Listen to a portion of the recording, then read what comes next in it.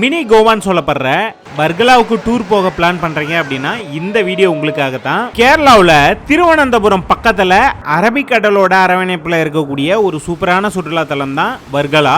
என்கிட்ட பேசக்கூடிய பல பேர் கேட்கக்கூடிய ஒரு சுற்றுலா தலம்னா இந்த வர்கலாவை சொல்லலாம். இந்த இடத்த கேரளாவில் இருக்கக்கூடிய மினி கோவானே வந்து சொல்லலாம். அந்த அளவுக்கு அழகான பீச்சஸ், அங்க சன்செட் ஆகிறது, அந்த பீச்சுக்கு வரக்கூடிய ஃபாரினர்ஸ், நைட் வைபு, அட்வென்ச்சர் ஆக்டிவிட்டிஸ்ன்னு சொல்லிட்டு எல்லாமே வெறித்தனமா இருக்கும். ரொம்பவே ரிலாக்ஸா நம்ம என்ஜாய் பண்றதுக்கு ஏத்த இடமாவும் இருக்கும். வணக்கம் நண்பர்களே, இது உங்கள் வில்லேஜ் டேட்டாபேஸ். நம்ம இப்போ எங்கே இருக்கோம் அப்படின்னு பார்த்தீங்கன்னா கேரளாவில் வர்கலா அப்படின்னு சொல்லிட்டு ஒரு இடம் இருக்குது. அங்கே தான் வந்து நம்ம இருக்கோம். கேரளாவில் மினி கோவா அப்படின்னு சொன்னோம்னா இந்த வர்கலாவை வந்து நம்ம சொல்லலாம். அப்படிப்பட்ட ஒரு சூப்பரான இடத்துல தான் வந்து நம்ம இருக்கோம்.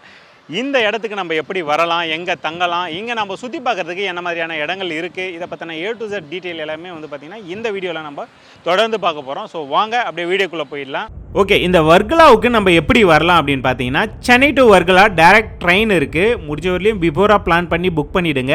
இந்த ட்ரெயினில் வர்றதுக்கு 15 மணி நேரம் வந்து ஆகும். ஸோ காஸ்ட் வைஸ் பொறுத்த வரலையும் ஸ்லீப்பர் கோச் அப்படின்னா 555 ரூபாயிலேருந்து ஸ்டார்ட் ஆகுது. இதே நீங்கள் ஸ்லீப்பர் கோச் பஸ்ஸில் வரணும் அப்படின்னு நினச்சிங்கன்னா திருவனந்தபுரம் வரைக்கும் ஸ்லீப்பர் கோச் பஸ்ஸில் வந்துட்டு அங்கேருந்து கவர்மெண்ட் பஸ்ஸில் வந்து வரலாம். டைரெக்டாக வர்கலாவுக்கும் பஸ் இருக்குது. ஆனால் காஸ்ட் வைஸ் பார்த்தோம்னா ரொம்பவே ஜாஸ்தியாக வர்றதுனால நம்ம திருவனந்தபுரம் இறங்கிட்டு அங்கேருந்து நம்ம நார்மல் பஸ்ஸில் வந்துடுறது பெட்டர். நாங்கள் காரில் வந்திருந்தோம். ஸோ காரில் வந்துட்டு நேராக வர்கலாவில் ஒரு ரூமில் வந்து ஸ்டே பண்ணி ரெஃப்ரெஷ் ஆகிட்டு சுற்றி பார்க்க கிளம்பிட்டோம். இந்த வர்கலாவில் பீச் ரெசார்ட்டு, ஹோட்டல்ஸு, ஹோம் ஸ்டேன்னு சொல்லிட்டு எக்கச்சக்கமான ரூம்ஸ் வந்து இங்கே இருக்குது. உங்களுக்கு எது தேவையோ அதை வந்து நீங்கள் பக்காவாக பிளான் பண்ணி புக் பண்ணிக்க முடியும். ஸோ அப்படி நம்ம ஃபர்ஸ்ட் சுற்றி பார்க்கலாம் அப்படின்னு சொல்லிட்டு வந்த இடம் எது அப்படின்னு பார்த்தீங்கன்னா வர்கலாவில் இருந்து திருவனந்தபுரம் போகிற வழியில் ஒரு 12 கிலோமீட்டர் தூரத்தில் வந்து பார்த்தீங்கன்னா அஞ்சு தெக்கு கோட்டை அப்படின்னு சொல்லிட்டு ஒரு இடம் இருக்கு. அதாவது பீச் ஓரத்தில் இருக்கக்கூடிய ஒரு பழங்காலத்து போர்ட்டு தான் இது. 1695 கிழக்கிந்திய கம்பெனி மூலமா வந்து கட்டப்பட்ட ஒரு கோட்டை தான். அஞ்சு தெக்கு அப்படின்னா 5+ தென்னை மரங்கள் இருக்கக்கூடிய ஒரு கோட்டை. அதுதான் அஞ்சு தெக்குன்னு வந்து சொல்றாங்க. ஸோ கடல் ஓரத்திலேயே ரொம்பவே கம்பீரமா இருக்கக்கூடிய புகழ்பெற்ற ஒரு நினைவு சின்னமா வந்து இது இருக்கு. இந்தியாவில் ஆங்கிலேயர்களுடைய ஆட்சி காலத்தில் முக்கியமான ஒரு வர்த்தக தலமா வந்து இது இருந்திருக்கு. ஒன் டைம் வாட்சபிள், நம்ம கண்டிப்பா போய் சுத்தி பார்க்கலாம். ஸோ அதை பார்த்துட்டு அப்படியே நம்ம வர வழியில் இருக்கக்கூடிய தாழம்பள்ளி ஹார்பர் அப்படின்னு சொல்லிட்டு ஒரு ஹார்பர் வந்து இருக்கு. இந்த இடத்துல நம்ம வரும்போது வந்து பாத்தீங்கன்னா ஏகப்பட்ட மீனவர்கள் வந்து அந்த வலையெல்லாம் வந்து ரெடி பண்ணிட்டு இருந்தாங்க. அதாவது காலையில டைம்ல இங்க வந்தோம் அப்படின்னா ஸோ ஃப்ரெஷ்ஷாக மீனெல்லாம் பிடிச்சிட்டு வந்து இந்த இடத்துல வந்து வச்சு சேல் பண்ணிட்டு இருப்பாங்க. அதை வந்து நம்ம பார்க்கலாம். நாங்கள் லேட்டாக வந்ததுனால மீனெல்லாம் பிடிச்சிட்டு அந்த வலையெல்லாம் இருக்கு இல்லையா, அதெல்லாம் வந்து கொஞ்சம் ரெடி பண்ணிட்டு இருந்தாங்க. இங்கே பார்த்தீங்கன்னாவே வந்து தெரியும் எக்கச்சக்கமான போட்டு, அதாவது மீன்பிடி போட்டு எல்லாமே வந்து இந்த இடத்துல நிறுத்தி வச்சுருக்காங்களா. இந்த இடத்துல ஒருத்தர் வந்து பார்த்தீங்கன்னா தூண்டில் வச்சு மீன் பிடிச்சிட்டு இருந்தார். அவர்கிட்ட நம்மளும் வாங்கி ட்ரை பண்ணோம். எதுவும் மீன் கிடைக்கல, இருந்தாலும் அவர் கூட கொஞ்சம் நேரம் ஜாலியாக பேசிட்டு ஸோ இந்த இடத்துலையும் கொஞ்சம் நேரம் நம்ம ரிலாக்ஸ் பண்ணிவிட்டு அப்படியே கிளம்பணும். ஸோ வர வழியில் வந்து பார்த்தீங்கன்னா ஒரு சின்ன கடை வந்து இருந்தது. நெல்லிக்காய், மாங்காய் இதெல்லாமே வந்து பார்த்தீங்கன்னா அந்த இடத்துல வச்சு வித்துட்டு இருந்தாங்க. நம்ம அங்கே கொஞ்சம் வாங்கி சாப்பிட்டுட்டு ரிலாக்ஸ் பண்ணிட்டு அப்படியே அடுத்த இடம் பார்க்கலான்னு கிளம்பிட்டோம். நம்ம வந்து கோல்டன் ஐலாண்ட் போகலான்னு சொல்லிட்டு வர்கலாவில் இருந்து ஒரு 8 கிலோமீட்டர் இந்த இடத்துக்கு வரணும். அதாவது வக்கம் அப்படின்னு சொல்லுவாங்க, இல்லைன்னா பனையல் கடவு பாலம் அப்படின்னு வந்து சொல்லுவாங்க இந்த இடத்தோட பேர். அந்த பாலத்துக்கு கீழே இருந்து தான் நம்ம வந்து போட்டில் வந்து கூட்டிகிட்டு போவாங்க. ஸோ அந்த இடத்துக்கு தான் வந்திருக்கேன். ஸோ அங்கே நம்ம போகிறதுக்கு ஒன்று ஸ்பீட் போட்டில் போகலாம், இல்லைனா வந்து கயாக்கிங்கில் வந்து நம்ம போகலாம். இந்த இடத்துல நம்ம எத்தனை பேர் வரோம், நம்மளுடைய கான்டாக்ட் டீட்டெயில் எல்லாமே வந்து கொடுத்துட்டு நம்மளுக்கு வந்து பார்த்திங்கன்னா பக்கவாக லைஃப் ஜாக்கெட் வந்து கொடுத்துருவாங்க. அது எல்லாமே ப்ராப்பராக போட்டுட்டு அங்கே ஸ்பீட் போட் இருக்கும். அந்த ஸ்பீட் போட்டில் நம்மளை உட்கார வச்சு அப்படியே கூட்டிகிட்டு போக ஆரம்பிச்சிருவாங்க. ஸோ இது வந்து பார்த்தீங்கன்னா ஒரு பேக் வாட்டர் அப்படின்னு தான் வந்து நம்ம சொல்லணும். இந்த கரையிலேருந்து பார்த்தீங்கன்னா நடுவில் வந்து ஒரு தீவு மாதிரி இருக்கும். அந்த இடத்துக்கு நம்மளை அப்படியே அழகாக கூட்டிட்டு போயிருந்தாங்க. இந்த ஸ்பீட் போட்டில் போகிறோம் இல்லையா, அதுவே வந்து நம்மளுக்கு சூப்பரான எக்ஸ்பீரியன்ஸாக இருக்கும். இந்த இடத்துலலாம் வந்து இந்த கேரளா மூவியெல்லாம் எடுக்கக்கூடிய ஸ்பாட்டு அப்படின்ற மாதிரி வந்து இந்த டிரைவர் சொல்லிகிட்டே போனார். அவரும் நம்ம கூட ஜாலியாக பேசிட்டு ஸோ நிறைய இன்ஃபர்மேஷன் வந்து பார்த்தீங்கன்னா நம்மளுக்கு சொல்லிகிட்டே வந்தார். இது வந்து நடுவில், அதாவது தண்ணிக்கு நடுவில் இருக்கக்கூடிய ஒரு சின்ன தீவு மாதிரி இருக்குது. அந்த இடத்துல நம்மளை கூட்டிட்டு வந்து இறக்கி விட்டுட்டாங்க. ஒரு சைடு இறக்கிட்டு அப்படியே நம்ம உள்ளவே வாக் பண்ணி போய் அந்த சைடு வந்து சுற்றி பார்த்துட்டு வர்ற மாதிரி. அந்த டிரைவருமே நம்ம கூட வந்து பார்த்தீங்கன்னா கைடு மாதிரி கூடவே வந்தார்.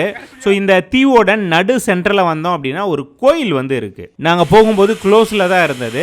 அங்கே கொஞ்ச நேரம் நம்ம நின்று ரிலாக்ஸாக சாமியெல்லாம் கும்பிட்டு அதுக்கப்புறம் அடுத்த இடம் பார்க்கலாம் அப்படின்னு சொல்லிட்டு அப்படியே நடக்க ஆரம்பிச்சிட்டோம். ஸோ உள்ளே வந்து பார்த்தீங்கன்னா ஒரு சிலை வந்து இருந்தது. அதாவது நம்ம பார்க்கறதுக்கு அகத்திய முனிவர் சிலை மாதிரியே இருந்தது. ஆனால் இது என்ன சிலை அப்படின்னு தெரியல. எனக்கு தெரிஞ்ச அகஸ்தியருடைய சிலை மாதிரி தான் இருக்குது. அந்த ரெண்டு சிலையும் பார்த்துட்டு அப்படியே வந்தோம்னா அங்கங்கே மரம் விழுந்து போயிருக்கு. அந்த இடத்துல நம்ம இந்த மாதிரி குனிஞ்சு தான் வர வேண்டியதாக இருக்கும். பார்த்துங்க ஐயா, இந்த மொத்த தென்னந்தோப்பும் நம்மளது தாங்க ஐயா. தாத்தா காலத்துல ஐயா. இந்த ஐலாண்டுக்கு நம்ம ட்ரிப்பு வரணும் அப்படின்னா ஒரு 1 hour வந்து கண்டிப்பாக தேவைப்படும். இந்த இடம் வந்து பார்த்திங்கன்னா உங்களுக்கு ஜஸ்ட் ஒரு சின்ன ரிலாக்ஸேஷனுக்கான ஒரு இடம் தான். பெருசாக எதிர்பார்க்க முடியாது. இருந்தாலும் ஒரு ஐலாண்டுக்கு வந்து நம்ம சுற்றி பார்த்துட்டு போகிற ஒரு ஃபீல் தான், வேறு ஒன்றும் இல்லை. கரெக்டு தான். போகலாங்களா? போகலாம். உங்கள் பேர் சொல்லவே இல்லையே. என் பேர் ரஞ்சித். ரஞ்சித். தமிழில் நல்லா பேசுகிறீங்களா? எப்படி? தமிழ் சினிமா ரொம்ப பார்ப்பேன். தமிழ் படம் தான் பார்ப்பீங்க? தமிழ்நாட்டில் வந்திருக்கு, அதனால் அப்படி கேட்டு. இல்லை ஓகே. பின்ன இந்த போட்டிங் சர்வீஸில் நிறைய பேர் தமிழ் ஆளுங்க வருவாங்க. சம்சாரிச்சு அப்படி ஓகே. ஸோ நம்மளை திரும்பவும் வந்து ஸ்பீட் போட்டில் கூட்டிகிட்டு வந்து நம்ம எங்கே ஏறணுமோ அதே இடத்துல நம்மளை கூட்டிகிட்டு வந்து இறக்கி விட்டுருவாங்க. இங்கே வந்து பார்த்திங்கன்னா ஒரு 1 மணி நேரம் வந்து நம்ம ரிலாக்ஸாக இருக்கிறதுக்கு ஏற்ற ஸ்பாட்டு தான். ஸ்பீட் போட்டில் போயிட்டு அந்த ஐலாண்டில் ட்ரெக்கிங் பண்ணி போய் ரிட்டர்ன் வர அனுபவம் வந்து ரொம்பவே நம்மளுக்கு நல்லாயிருக்கும். ஸோ அடுத்ததாக வந்து பார்த்திங்கன்னா நம்ம வந்தது எங்கே அப்படின்னா வர்கலா கிளிப் அப்படின்னு வந்து சொல்லுவாங்க. அதாவது வர்கலா பீச் தான் இது. ஸோ இந்த இடத்துல வந்து பார்க்கிங் இருக்குது. அந்த பார்க்கிங்கில் நம்ம கொண்டு வந்த அந்த வண்டியை நிறுத்திட்டு ஸோ அப்படியே வந்து பீச்சை பார்க்கலான்னு வந்தால் அங்கே வந்து பள்ளம் மாதிரி இருக்குது. அந்த பள்ளத்துக்கு கீழே தான் வந்து பீச் இருக்குது. ஸோ அதனால் அந்த பள்ளம் ஓரமே வந்து பார்த்திங்கன்னா நம்ம நடந்து போயிட்டு பீச்சை பார்க்கலான்னு போயிட்டோம். நம்ம போகும்போது ஈவினிங் டைம் அப்படின்றதுனால சூரியன் அப்படியே கொஞ்சம் கொஞ்சமாக மறைய ஆரம்பிச்சிருச்சு. அந்த வைபே வந்து ரொம்ப சூப்பராக இருந்தது. அதே மாதிரி இந்த இடத்துல நீங்கள் கீழே பார்த்தீங்கன்னா வந்து தெரியும் எவ்வளோ பெரிய பள்ளத்தாக்கு மாதிரி இருக்குது. அதுக்கு கீழே அந்த பீச்சு, அந்த கடல் எல்லாமே வந்து இருக்குது பாருங்கள். அந்த இடத்துல எவ்வளோ பேர் பாருங்கள் எவ்வளோ சூப்பராக ஜாலியாக என்ஜாய் பண்ணிட்டு இருக்காங்கன்ட்டு. ஸோ அந்த இடத்துக்கு தான் நம்மளும் வந்து போக போகிறோம். அதுக்கு கொஞ்சம் தூரம் நடக்கணும், வாங்க அப்படியே போயிடலாம்.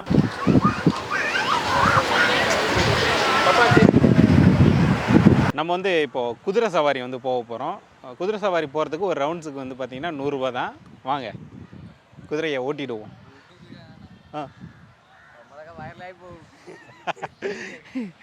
ஓகே கரலாமா?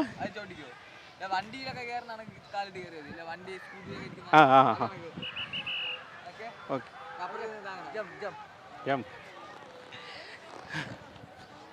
எப்படிங்க, நல்லா இருக்கா? சரி, குதிரையில் போகிறதும் வேறு லெவலில் இருக்கே. குதிரையில் போகிறது நம்மளுக்கு ஒரு சின்ன சந்தோஷம் தான். ஸோ நம்மளை கூட்டிகிட்டு போயிட்டு வந்தது இவங்க தான். வாங்க பாஸ். உங்கள் பேர் பாஸ்? உங்கள் நேம்? சுஜித். ஓ ஓகே. வர்கலா பீச்சில் வந்து ஜாலியாக நாங்கள் குதிரை சவாரி போனது உண்மையாலுமே சூப்பராக இருந்தது. ஸோ நம்ம மக்கள் வந்து பார்த்திங்கன்னா அவங்க மனசில் இருக்கக்கூடிய அந்த தேவையில்லாத விஷயங்கள்லாம் மறந்து சந்தோஷமாக இருக்கக்கூடிய ஒரே இடம் எதுனா பீச்சு தான். ஸோ அந்த அளவுக்கு வைபாக இருக்கும். எவ்வளோ நேரம் வேணாலும் இந்த பீச்சில் நம்ம உட்காந்து டைம் ஸ்பெண்ட் பண்ணலாம். நம்மளுக்கு நேரம் போகிறதே தெரியாதுன்னா பார்த்துங்க. இந்த வர்கலா சுற்றுலாவை பொறுத்தவரையிலும் பல பேரோட ட்ரீம் பிளேஸ்னே கூட நம்ம சொல்லலாம். ஏன்னா ரொம்பவே ரிலாக்ஸாக இந்த இடத்துக்கு வந்தாங்கன்னா ஜாலியாக என்ஜாய் பண்ணுவாங்க. அதே மாதிரி கொஞ்சம் கொஞ்சமாக இருட்ட ஆரம்பிச்சிருச்சு. இருந்தாலும் அந்த இருட்டுற டைம்லையுமே வந்து பார்த்தீங்கன்னா எவ்வளோ பேர் வந்து ரிலாக்ஸாக இருக்காங்கன்னு பாருங்கள். நம்மளும் அங்கே வந்து கொஞ்சம் நேரம் டைம் ஸ்பெண்ட் பண்ணிவிட்டு அப்படியே நடக்க ஆரம்பிச்சிட்டோம். நம்மளுக்கு வந்து ஏதோ ஒரு வேற ஒரு உலகத்துக்கு வந்த மாதிரி ஒரு ஃபீல் வந்து வந்துருச்சு. ஏன்னா அந்த அளவுக்கு ரொம்பவே நல்லா இருந்தது இந்த இடம்.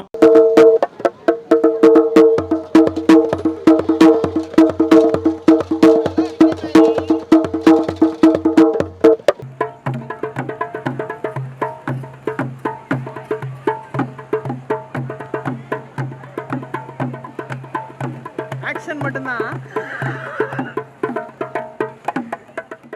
நம்ம திரும்பவும் அந்த பார்க்கிங் இருக்கு இல்லையா, அந்த ஏரியாவுக்கு வந்து வந்துட்டோம். இந்த இடத்துலையுமே வந்து பார்த்திங்கன்னா அந்த லைவ் மியூசிக் கான்செப்ட் வந்து பண்ணிகிட்டு இருந்தாங்க ஒரு டீமு. ஸோ அங்கேயும் கொஞ்சம் நேரம் நம்ம ரிலாக்ஸ் பண்ணிவிட்டு அதெல்லாம் பார்த்து என்ஜாய் பண்ணிவிட்டு அப்படியே வந்துட்டோம்.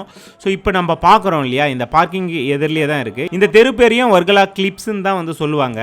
இந்த தெரு தான் வந்து பார்த்திங்கன்னா நம்மளுக்கு அந்த கோவாவை வந்து ஞாபகப்படுத்துகிற மாதிரி வந்து இருக்குது. இதனால தான் என்னவோ அந்த மினி கோவா அப்படின்னு கூட இந்த இடத்த வந்து சொல்கிறாங்க. ஸோ அந்த அளவுக்கு செம்மையாக இருக்கும். பார்க்குறதுக்கு கொஞ்சம் நல்லா கலர்ஃபுல்லாக இருக்குது. நிறைய கடைகள் வந்து இருக்குது. ஸோ நீங்கள் வந்து பார்த்தீங்கன்னா கோவாவில் போனீங்க அப்படின்னா இந்த டீட்டோஸ் லைனு ஒரு சில கடைகள்லாம் இருக்கும்.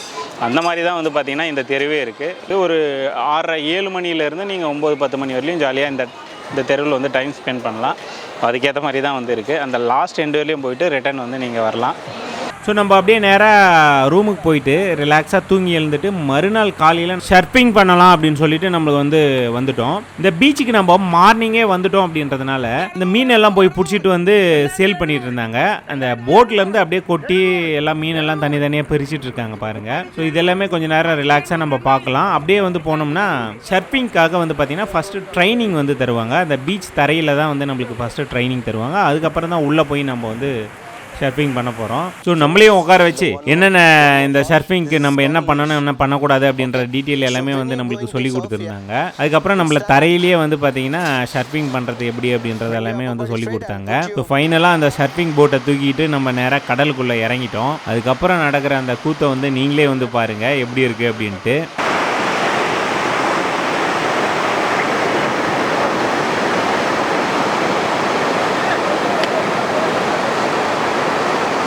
அலைக்கு ஒரு டைமிங் இருக்கும். டைமிங்கில் தான் வரணும், காலையிலே வரணும்.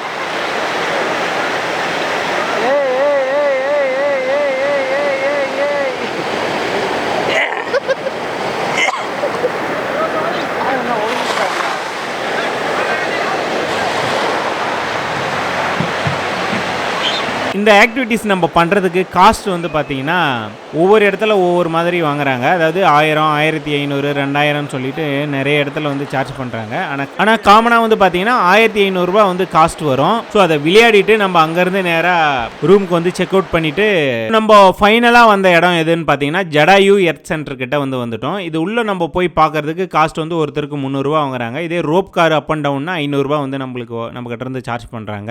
இது பார்த்தீங்கன்னா ஒரு மலையோட உச்சியில் அந்த கல்லுலேயே பார்த்தீங்கன்னா கழுகு அப்படியே கவுந்திருக்கிற மாதிரி ஒரு சிலையை செதுக்கி வச்சிருக்காங்க. ஸோ பார்க்கவே பிரம்மாண்டமாக பிரமிப்பாக இருக்கும். ஸோ இதை பார்க்கறதுக்குன்னே நிறைய பேர் இந்த இடத்துக்கு வராங்கன்னா பார்த்துக்குங்க. ஸோ இந்த இடத்த பார்த்துட்டு நம்ம அங்கேருந்து கிளம்பிட்டோம். நம்ம இந்த வர்கலாவை பொறுத்தவரையும் நம்ம போய் சுற்றி பார்க்கறதுக்கு இன்னும் எக்கச்சக்கமான இடங்கள் அந்த பீச் எல்லாமே இருக்குது. நாங்கள் பார்த்தீங்கன்னா ஒரு நைட் மட்டும் அங்கே தங்கி 2 பகல் அப்படியே சுற்றி பார்த்துட்டு அடுத்ததாக வேற ஒரு இடம் போகலாம் அப்படின்னு சொல்லிட்டு நாங்கள் கிளம்பிட்டோம். ஸோ நீங்கள் பக்காவாக பிளான் பண்ணி இந்த வர்கலாவுக்கு வந்தீங்க அப்படின்னா சூப்பராக சுற்றி பார்க்கலாம். இதே இந்த வர்கலாவில் பேக்கேஜ் பண்ணி தர மாதிரியான டிராவல் ஏஜென்சி யாருன்னா இருக்காங்களா அப்படின்னு கேட்டிங்கன்னா கண்டிப்பாக இருக்காங்க.